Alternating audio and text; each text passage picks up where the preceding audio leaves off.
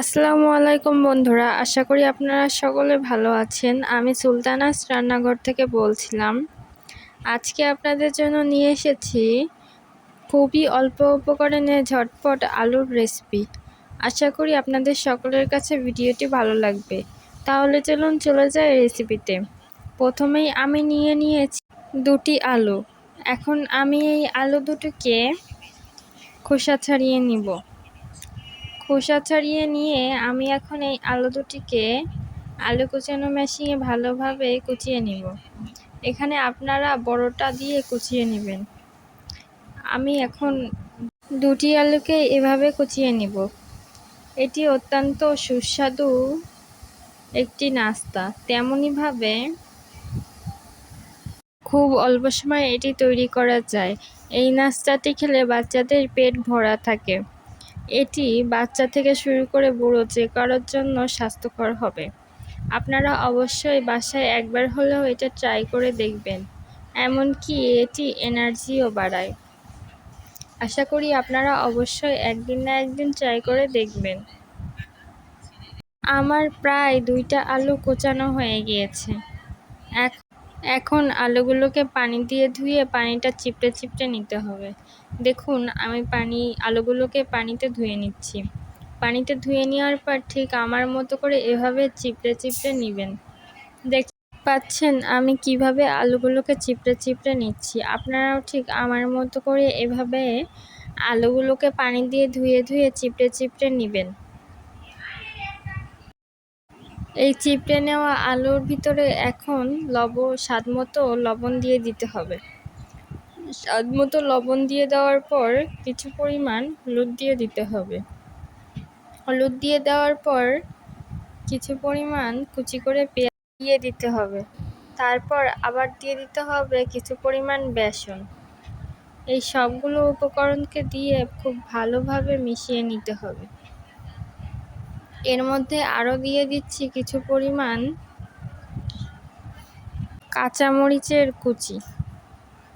দেখুন সবগুলো উপকরণ আমি দিয়ে দিয়েছি। এখন এর মধ্যে দিয়ে দিব কিছু পরিমাণ গরম মশলা। এটাকে অবশ্যই ব্যবহার করতে হবে, তাহলে স্বাদটা ভালো আসবে। এখন সবগুলো উপকরণ ভালোভাবে মিশিয়ে নিতে হবে। দেখুন আমি সবগুলো উপকরণ খুব ভালোভাবে মিশিয়ে নিচ্ছি। আপনারাও ঠিক আমার মতো করে এভাবে সবগুলো উপকরণ হাত দিয়ে খুব ভালোভাবে মিশিয়ে নেবেন। তাহলেই দেখবেন আপনাদের ডোটা একেবারে পারফেক্টলি রেডি হয়ে গিয়েছে। আমি এখন এর মধ্যে আরও কিছু পরিমাণ বেসন দিয়ে দিব, কারণ এখানে আমার আরেকটু বেসন প্রয়োজন হয়েছিল। আপনাদের যদি পরে বেসন আর না লাগে তাহলে আপনারা দিবেন না। এখন দেখুন হাতের সাহায্যে এভাবে শেপ দিয়ে নেবেন। আমি সবগুলো পকোড়াগুলোকে এইভাবে শেপ দিয়ে নিব। দেখুন আমার প্রায় শেপ দেওয়া হয়ে যাচ্ছে। আপনারাও ঠিক 2 হাতের তালুর সাহায্যে এইভাবে শেপ দিয়ে নেবেন। দেখুন আমি একের পর এক পকোড়া এভাবে শেপ দিয়ে নিচ্ছি।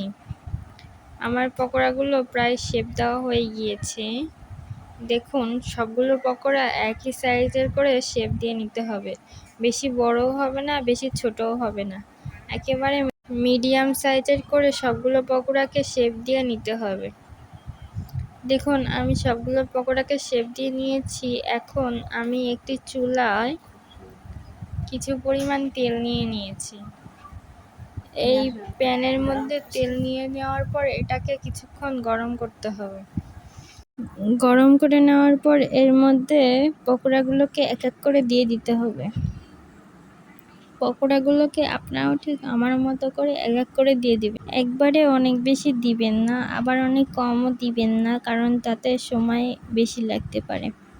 দেখুন আমি একবারে পকোড়াগুলোকে দিয়ে দিয়েছি। এখন এই পকোড়াগুলোর এক সাইড খুব ভালোভাবে ভেজে নিতে হবে। আপনারা এটাকে ভাজার সময় চুলার আঁচটা মিডিয়ামে রাখবেন। দেখুন আমি চুলার আঁচ মিডিয়ামে রেখে পকোড়াগুলোর এক সাইড খুব ভালোভাবে ভেজে নিচ্ছি। কিছুক্ষণ পরই আর এক সাইড উল্টে দিয়ে ভেজে নিব। এখন আমি আর এক সাইড উল্টে দিয়ে ভেজে নিব। আপনারাও ঠিক আমার মতো করে খুন্তির সাহায্যে পকোড়াগুলোকে উল্টিয়ে নেবেন। দেখুন আমি উল্টে নিচ্ছি। উল্টানোর সাথে সাথে দেখবেন অন্য এক সাইড প্রায় লাল লাল হয়ে গিয়েছে। লাল লাল হয়ে গেলেই বুঝবেন আর এক সাইড ভাজা হয়ে গিয়েছে। এখন এই সাইডটাকেও ঠিক এভাবে লাল লাল করে ভেজে নেবেন। দুই সাইড পকোড়াই লাল লাল করে সুন্দরভাবে ভেজে নিতে হবে। দেখুন আমি এখন এটাকে আরও 5 মিনিট ধরে এভাবে ভেজে নিব। দেখুন আমি এখন আবারও উল্টে দিচ্ছি। আপনারাও ঠিক আমার মতো প্রসেস ফলো করে এভাবে পকোড়া তৈরি করে নেবেন। তাহলেই তৈরি হয়ে যাবে আমার মতো এরকম সুন্দর পকোড়া। দেখুন আমার পকোড়াটা প্রায় তৈরি হয়ে গিয়েছে। এটা দেখতে যতটা সুন্দর, খেতে তার থেকেও মজাদার। আশা করি আপনাদের সকলের কাছে রেসিপিটি অনেক ভালো লেগেছে। মাত্র 10 থেকে 15 মিনিটের মধ্যে বানিয়ে নিতে পারেন এই পকোড়া। অবশ্যই বাসায় একবার ট্রাই করে দেখবেন। আর যদি ভালো লেগে থাকে তাহলে অবশ্যই লাইক সাবস্ক্রাইব করে পাশে থাকবেন। আজকে এই পর্যন্তই। আল্লাহ হাফেজ।